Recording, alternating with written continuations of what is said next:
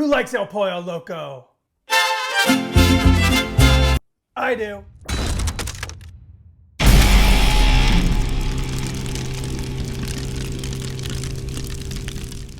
All right, this video is actually a redo of a copycat that I did way back in 2012. A restaurant called El Pollo Loco. It's a grilled Mexican style chicken chain, real prevalent out here on the West Coast.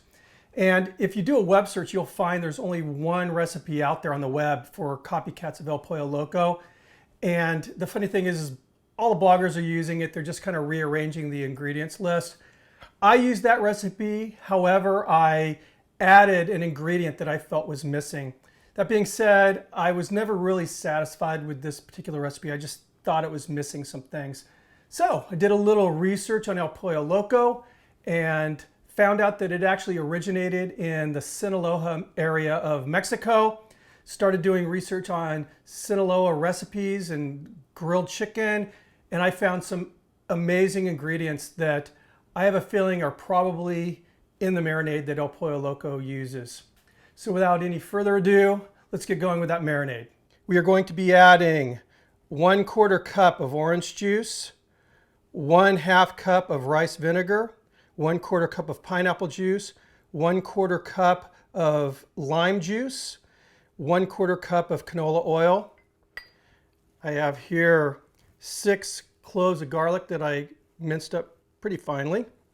We'll go with the dry ingredients.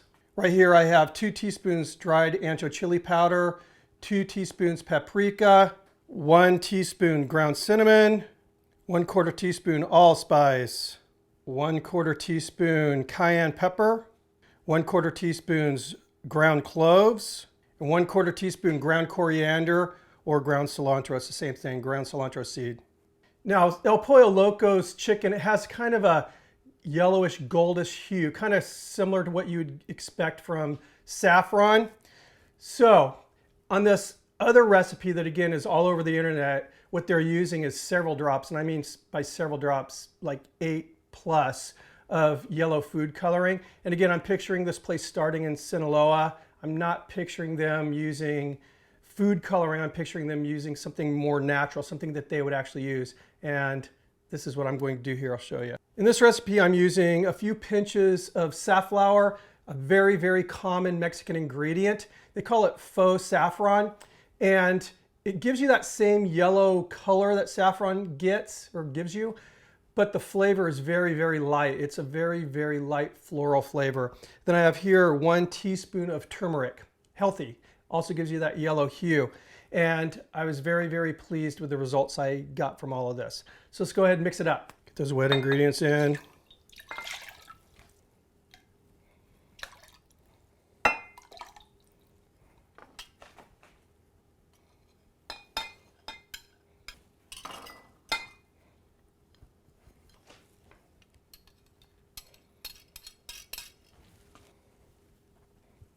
Add a little kosher salt, some ground black pepper.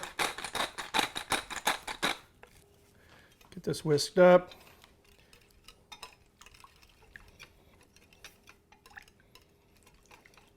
And here's the chicken I'm using, a little over 5 pounds, decent sized bird. As you can see, it's cut in half. Basically what I did was I spatchcocked it, which is butterflying it, and then I just cut it in half. And if you want to see how I did it, I got a video for you up here. I have a really simple technique. We are going to go ahead and bag these. This is like 2.5 gallon bag. I love these things for marinating.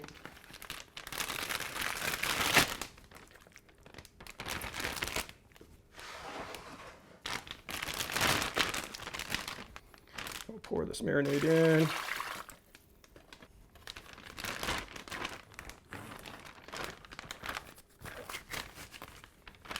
Get that air out. Just do it, make sure it coats the bird completely here. There we go. I'm going to place this in the fridge. We're going to allow this to marinate overnight. I will meet you guys outside. I have a surprise for you. I've got a new grill that I'm going to debut on this video. See you tomorrow. Okay, tomorrow is here. Chicken's all marinated. We're ready to cook. And as promised, I have something very special to show you guys. Before I do, just a little heads up.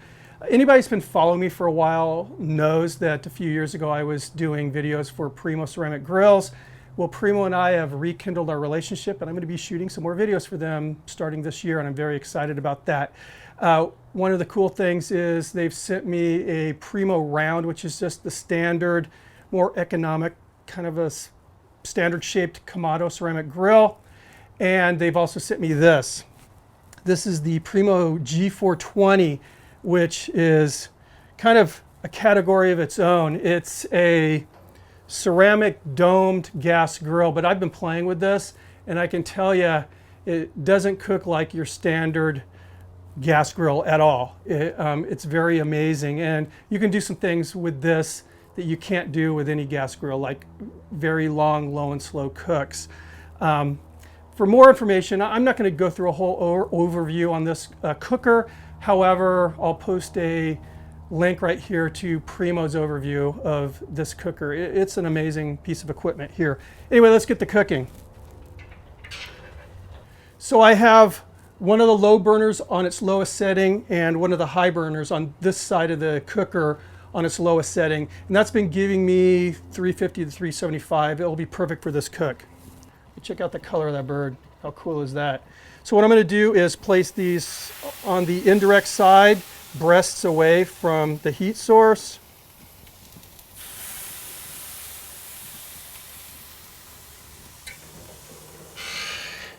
And we are cooking. Now as I was closing that lid, the hot air was forcing this perfumed air with that marinade smell. It just smells unbelievable.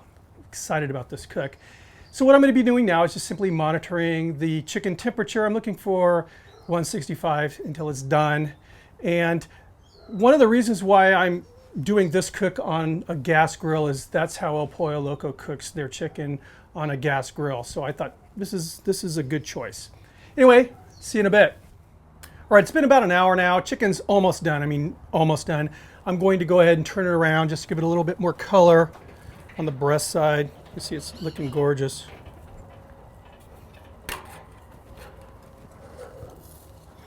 Just get this turned away this way here.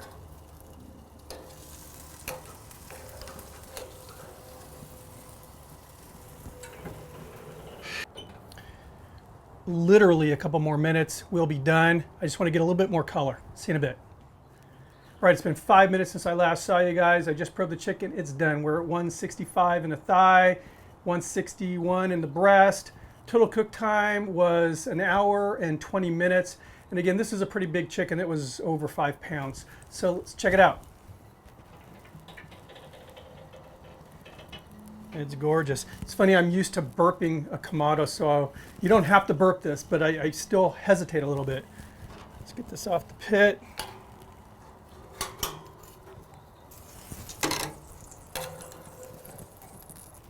I'm going to go ahead and take this in the kitchen, let it cool a little bit, meet you inside for the taste test. And here we are, it's all rested and perfect timing because it's my lunch time. Let's try this breast out here. Nice. Yeah, let me cut this in half.